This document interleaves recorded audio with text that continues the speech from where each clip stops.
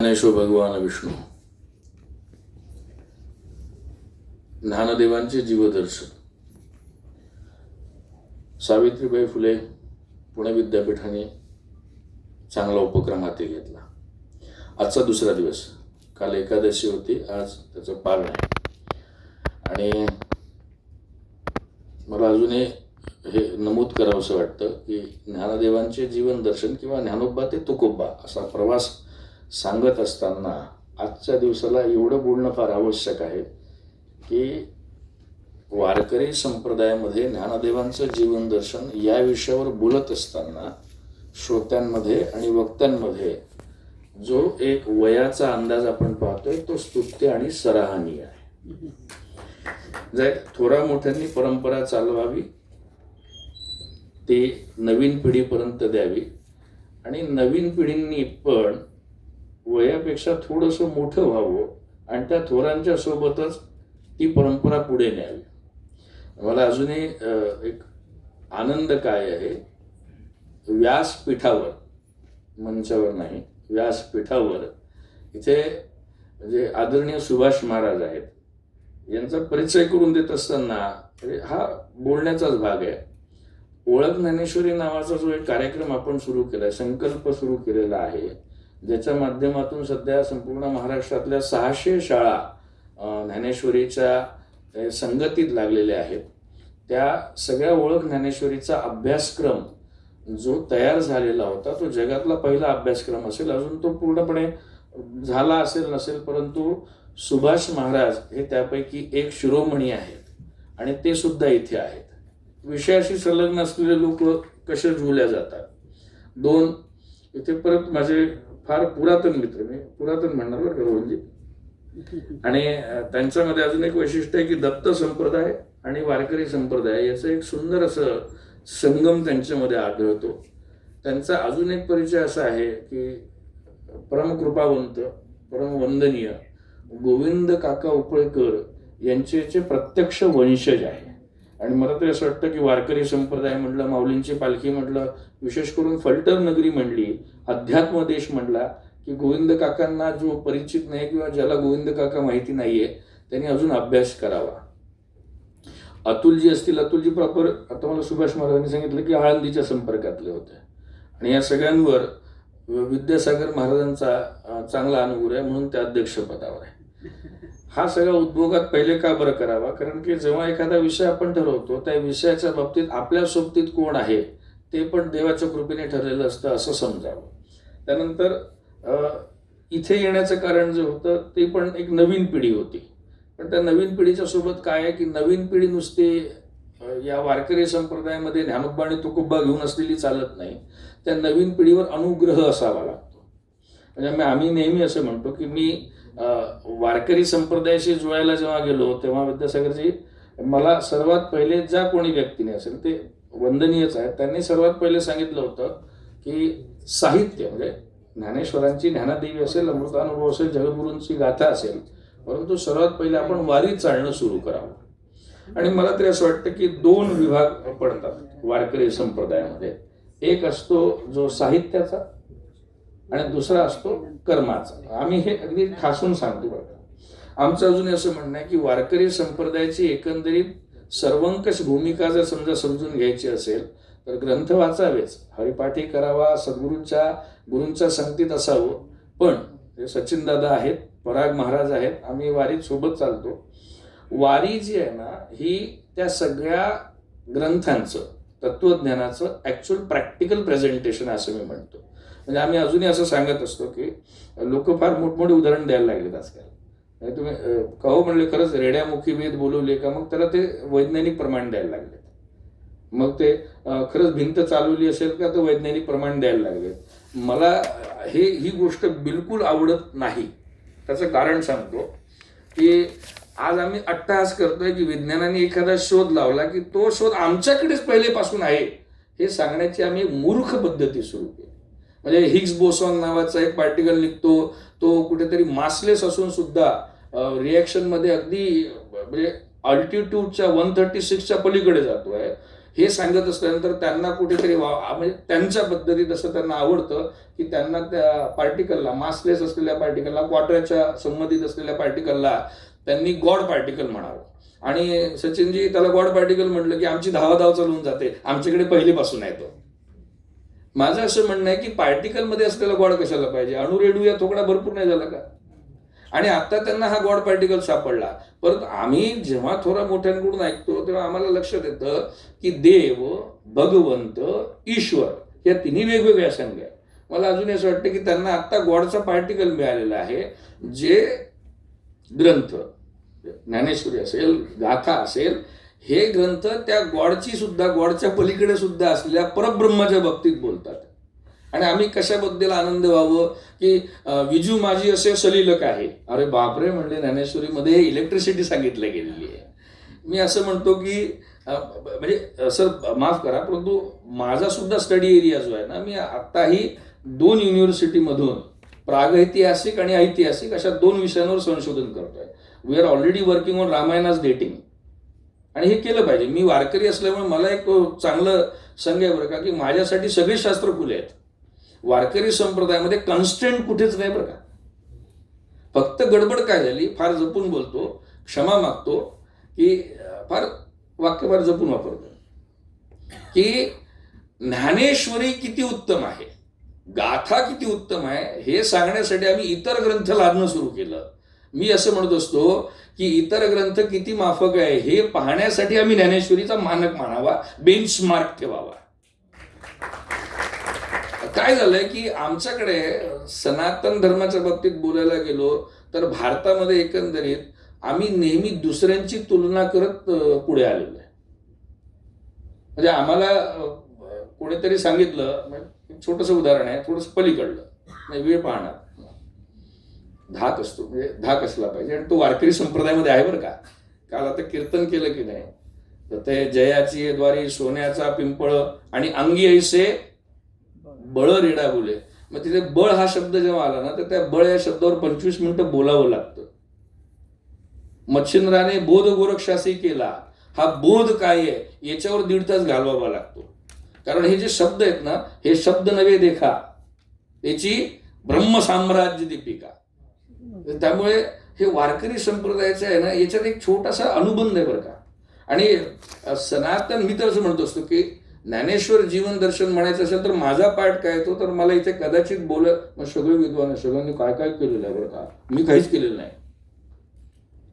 हा, करणं फार सोपं आहे, काही न करणं फार कठीण आहे. नॉन डुईंग आपण ज्याला म्हणतो, फेडरिक निश्चे त्याच्यावर बोलायला सुरुवात केली 6व्या अध्यायामध्ये ते चांगल्या पद्धतीने. माझा नेहमी आग्रह राहतो की जगामध्ये तत्वज्ञान इतर संप्रदायांचे ज्या पद्धतीने पुढे येतात आहे, आमची नवीन पिढी त्या पद्धतीने तयार व्हावी. आणि ते अनुषंग ते म्हणजे आता मला ज्ञानदेवांनी एक छान गिफ्ट दिलं की ज्ञानेश्वरीतलं आयुर्वेद हा सुद्धा एक पाठ पुढे आला पाहिजे. ज्ञानेश्वरीतलं मानसशास्त्र, नवे नवे ज्ञानेश्वरीतली जीवन पद्धती, नवे नवे ज्ञानेश्वरीतलं विज्ञान. आम्ही आजही काय करतोय की आम्ही रिसर्च अँड डेव्हलपमेंटला तेवढा उहापोह करूच देत नाही. मला तरी असं वाटतं की नवीन पिढी जेव्हा ज्ञानदेवांकडे, जगद्गुरूंकडे येते, तेव्हा त्या नवीन पिढीकडून आमची अपेक्षा आहे की त्यांनी त्या गोष्टी आम्हाला द्याव्या ज्या ऑलरेडी तिथे आहेत, परंतु अजूनपर्यंत दृष्टिक्षेपात आल्या नाही. तई डोळ्या अंजन भेटे, मग दृष्टीसी फाटा फुट. आणि परत वारकरी संप्रदायामध्ये एक गोष्ट फार चांगली, अनुबंध असल्यामुळे प्रत्येक गोष्टीला प्रमाण द्यायची जी सवय आहे ना, त्यामुळे मला तरी असं वाटतं की जेव्हा प्रज्ञाचक्षु संत श्रेष्ठ गुलाबराव महाराज म्हणतात ना की वारकरी संप्रदाय हा विश्वधर्म होणार आहे, कारण त्यांना एक गोष्टीची जाणीव होती की वारकरी संप्रदाय प्रमाणानेच चालतो. आणि मला तरी असं वाटतं की ज्ञानदेवांनी, जगद्गुरूंनी आमच्यावर कृपा करावी की हे प्रमाण देण्याची जी आमची सवय आहे ना, ती आजतागायत चालू आहे, ती पुढे सुद्धा चालू राहावी. आणि या सगळ्यांमध्ये एक संबंध काय राहावा की आजपर्यंत ज्या परंपरा आहेत, ज्यांनी हे चिरंतन चालू ठेवलेलं आहे, त्या परंपरांकडून काही अपेक्षा नाही. म्हणजे वारीच्या बाबतीत आम्ही जेव्हा बोलतो ना, आम्ही अजूनही म्हणतो की कीर्तन परंपरा ही फडकरांनी चालवली, नंतर ती बृहद होण्यासाठी तिचा विस्तार झाला. परंतु आजही सर, मी अगदी फार ठासून सांगतो की वारी हा विषय आम्ही नेहमी घ्यावा, नवे नवे वारीत आम्ही प्रवेशित व्हावं, वारी आम्ही अनुभवावी. कारण पुस्तकांमध्ये, ग्रंथांमध्ये, निबंधांमध्ये जे काही लिहिलेलं आहे ना, ते प्रत्यक्षात प्रॅक्टिकली कुठल्या संप्रदायामध्ये जर असेल ना, तर ते वारकरी संप्रदायामध्ये. पाया पडे जन, अहो हे आपण ऐकतोय, पंढरीशी नाही कोणा अभिमान. म्हणजे या वारकरी संप्रदायाची स्थापना जेव्हा झाली आहे, कुठलाही संप्रदाय जेव्हा स्थापित होतो त्यावेळेस त्याला एक दैवता लागते, दैवत लागतं. त्यानंतर त्याला एक ग्रंथ लागतो, त्या ग्रंथाच्या सोबत एक आचरण पद्धती लागते, आणि त्यानंतर या तिन्ही गोष्टींची पूर्तता झाल्यावर त्याला एक पूजा पद्धती लागते. वारकरी संप्रदायाचं वैशिष्ट्य असं होतं की या वारकरी संप्रदायाला जो देवता दिला गेला तो सुद्धा पांडुरंग परमात्मा होता. महाराष्ट्रामध्ये क्षत्रिय आणि क्षोत्रिय असे दोन देवता आहेत जे लोकदेवता समजल्या जातात. क्षत्रिय देवता कुठली? खंडोबा. तळागाळापर्यंत खंडोबाची पूजा होते आणि तो लोकाभिमुख देवता आहे. परंतु वैष्णव संप्रदायामध्ये, खास करून नमूद करून घ्यावं की वैष्णव संप्रदायामध्ये कृष्णाचं हे जे विठ्ठल रूप आहे ना, हे संपूर्ण विश्वातलं एकुलतं एक रूप आहे की जे लोकाभिमुख आहे.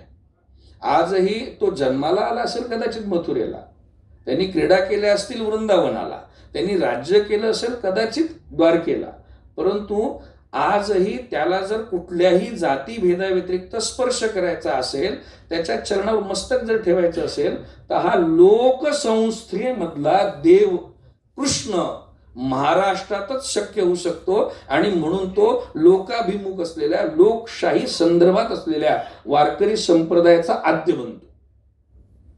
नाथ संप्रदायापासून उगमित झालेली ही वारकरी परंपरा, आदिनाथ गुरु सकळ सिद्धांचा मच्छिंद्रता याचा मुख्य शिक्षक, किंवा ना आदिगुरु शंकरा लागून शिष्य परंपरा, असे अनेक उत्तम प्रमाण. योगाब्जिनी सरोवरू विषय विध्वंसक वीरू. परंतु अजूनही सांगतो की मधामधात नाथ संप्रदायामध्ये जे कर्मकांड वाढलं, स्वमहती वाढली, आणि परत मी लुंगीवाला बरं सर, तिथे जे काही अमेलगमेशन्स व्हायला सुरुवात झाले, मला तरी असं वाटतं की ज्ञानदेवांचा अवतार निवृत्तीनाथांकरवी त्यांना मिळालेली दीक्षा जी होती ना, आजही नाथ संप्रदायाचं हरपलेलं तत्वज्ञान जे फार कमी ठिकाणी राहिलेलं आहे, ते अतिशय उत्तमपणे जर कुठे सुरू असेल तर ते वारकरी संप्रदायामध्ये सुरू आहे. तरी पण वैशिष्ट्य असं आहे की कोणी जरी समजा क्लेम केला की वारकरी संप्रदायाचं तत्वज्ञान या संप्रदायातून नाही, या संप्रदायातून आलेलं आहे, ज्ञानोबा त्याला नकारतच नाही. हा सर्वसमावेशक होता. म्हणून मी म्हणत असतो की याची देवता सुद्धा निवडताना ती लोकाभिमुख आणि लोकशाही संदर्भातली लोकदेवता निवडली. इतर संपूर्ण संप्रदायामध्ये भगवान श्रीकृष्ण जर पाहिले तर ते त्रिभंग आहेत. द्वारकेचा तो उभा आहे, त्याच्या हातात बासरी असेल.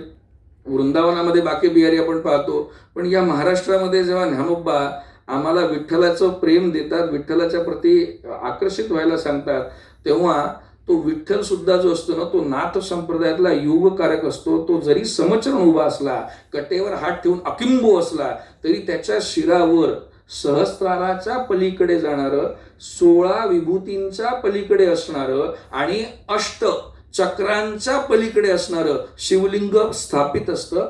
हा संप्रदाय योग संप्रदायक आहे. हा संप्रदाय लोकशाहीचा पूरक आहे. आणि मला तरी असं वाटतं की ज्ञानदेवांचं जीवन दर्शन जेव्हा आपण म्हणतो ना, तेव्हा ही समाजाची जी भूमिका आहे ना, संघटनाची जी भूमिका आहे, एकमेकांच्या प्रती सौहार्दाची जी भूमिका आहे, ती इथे फार आवश्यकतेने आपण मांडली पाहिजे. ज्यावेळेस 750 वर्षांअगोदर स्त्री मोठी की पुरुष मोठा अशी चर्चा चालू असेल, त्यावेळेस वारकरी संप्रदायाने तिथेच टिंब ठेवलं, पूज्य ठेवलं, स्वल्पविरामही दिला नाही, पूर्णविराम दिला की ज्ञानोबा आहे जन्मता पुरुष आहे आणि कर्तृत्वानी मातृत्वात आहे. स्त्री आणि पुरुषाचा भेद मिटवणारा एकुलता एक संत जगात जर कोणी असेल तर ते ज्ञानोबा. नवे परत स्त्री मोठी की पुरुष मोठा, अमृतानुभवाकडे आम्ही शक्यतोवर जात नाही. गेलो तरी आम्हाला असं वाटतं की तो अनुभवच किती विचित्र असेल. अमृतानाच्या बाबतीत फार लोक बोलत नाही. म्हणजे घरमात मोठकी दोघे, जै गोसावी सेजेरी गे, तया दाम्पत्य पण जागे स्वामीनी जे. पण सर अजून आवर्जून सांगावशी वाटतं की ही लोकाभिमुख संस्था जेव्हा ज्ञानोबा महाराज प्रकाशित करतात, प्रदर्शित करतात, प्रसवित करतात, तेव्हा आम्ही एक विचार केला पाहिजे की या कृष्णाला कधीच कोणी म्हणजे कोणीतरी बाके बिहारी म्हटलं, कोणीतरी गोपाल म्हटलं, कोणीतरी यशोदानंदन म्हटलं, कोणीतरी वसुदेव देवकी सुतम म्हटलं, परंतु या वारकरी संप्रदायामध्ये आल्यानंतर जातीभेद तर नाहीच, लिंगभेद तर नाहीच. अहो, ज्ञानदेवांच्या मुखामध्ये जेव्हा या कृष्णाने प्रेम पद्धती टाकली आहे, प्रेम प्रसारित केलं आहे, तेव्हा हा विठ्ठल पुरुष म्हणून, कृष्ण म्हणून जरी उभा असला तरी सचिनदादा त्याला विठाई म्हणून आम्हाला मातृत्व पण त्याच्यात दिलं. मला तरी असं वाटतं की ज्ञानदेवांचं जीवन दर्शन पाहत असताना जे काही, जिथे काही डायसेक्शन्स होते, जिथे काही भेद होते, ते निरसायची जी भूमिका होती ना, ती ज्ञानदेवांनी मांडली. आणि म्हणून तुम्हाला सगळीकडे समन्वय मिळेल. एखाद्याला वाटलं की आदि जगद्गुरु भगवत्पाद शंकराचार्यांचा ज्ञानेश्वरीवर प्रभाव आहे, चालेल. रामानंदांचा प्रभाव आहे, चालेल. मध्वाचार्यांचा प्रभाव आहे, चालेल. आम्ही अजूनही म्हणत नाही बरं का नाथ संप्रदायाचा प्रभाव असेल. त्याचं कारण असं आहे की प्रभाव आहे असं जर म्हटलं तर आम्ही उलट एक म्हणावं की ज्ञानदेवांचा नाथ संप्रदायावर प्रभाव आहे. आम्ही सेंट्रलाइज केलं पाहिजे. आणि मला तरी असं वाटतं की हे सगळं जेव्हा चालू असतं तेव्हा आजही लोकांपर्यंत ही परंपरा सुरू राहावी, तो अध्यात्म उपदेश जावा, म्हणून वारकरी संप्रदायाने, ज्ञानदेवांनी, तुकोबांनी आमच्यावर केलेली सर्वात मोठी उपकारात्मक व्यवस्था जी असेल ती कीर्तन व्यवस्था. आणि तुम्ही पहा बरं का, ते कीर्तन करताना सुद्धा तुम्हाला टाळकरी सोबत घ्यायचे आहेत, मृदंग वादक सोबत घ्यायचा आहे, आणि समोर बसलेले जे श्रोता आहे त्यांच्यामध्ये सुद्धा देव पाहायचा आहे. ही जी एक समाज व्यवस्था होती, म्हणजे ज्ञानदेवांनी आम्हाला प्रसवलं बरं का. ज्ञानदेवांनी माऊली म्हणून स्त्रीत्व घेतलं आणि आम्हाला गर्भामध्ये धारण करून आम्हाला प्रसवलं, आणि म्हणून आम्ही वारकरी म्हणून मिरवतो बरं का. आणि फार प्रवास करतो आपण, गावाखेड्यांमध्ये जायला लागलेत आता आमचे नवयुवक, ते मला आनंद आहे त्याचा. आणि ते कीर्तन करतात आहे, त्याच्यातून कुठेतरी उपदेश देतात आहे. परंतु अगदी ठासून सांगतो बरं का, वारकऱ्यांच्या सारखी मानसिकता, दृढ मानसिकता तुम्हाला कुठेही भेटणार नाही. सगळ्या जगाला कुठेतरी धर्मांतरणाचा धोका जरी असेल ना, तरी सर सांगतो, या वारकऱ्याला जो ज्ञानोबांच्या सोबत आहे आणि तुकोबांच्या सोबत आहे, त्याच्यासोबत कुठलीही अनुचित घटना घडू शकत नाही. याची कारणमीमांसा अशी होती, फार मोठे वाक्य बोलतोय, तथागत गौतम बुद्धांच्या नंतर मानसशास्त्रीय पद्धतीने धर्माचरण जर शिकवलं असेल कोणी, तर ते ज्ञानोबांनी शिकवलं. आजही मान्य करणार नाही, पण तुम्ही अजूनही सांगतो की ज्ञानदेवांची पद्धती, ज्ञानदेवांची विचार पद्धती, लिखाण पद्धती, धर्म पद्धती, प्रचार पद्धती ही अत्यंत स्वतंत्र आहे.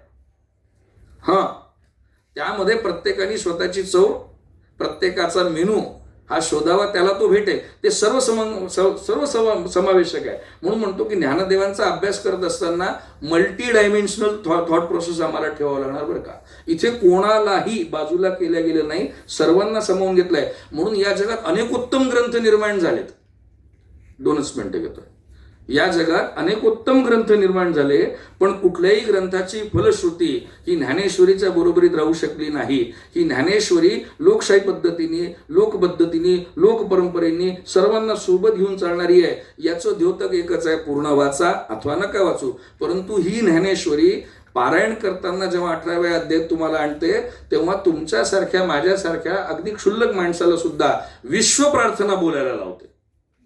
आता विश्वात्मके देवे येणे वाग्यज्ञ तोषावे. आणि म्हणून म्हणतो सर की ज्ञानोबा तुकोबा जर हा प्रवास पाहायचा असेल, मी नेहमी म्हणत असतो की लोकांना धरून अध्यात्म करायचं आहे. ते असं म्हणतात की शिखरावर जायचं असेल आणि सिंहासनावर बसायचं असेल तर एकटं जावं लागतं.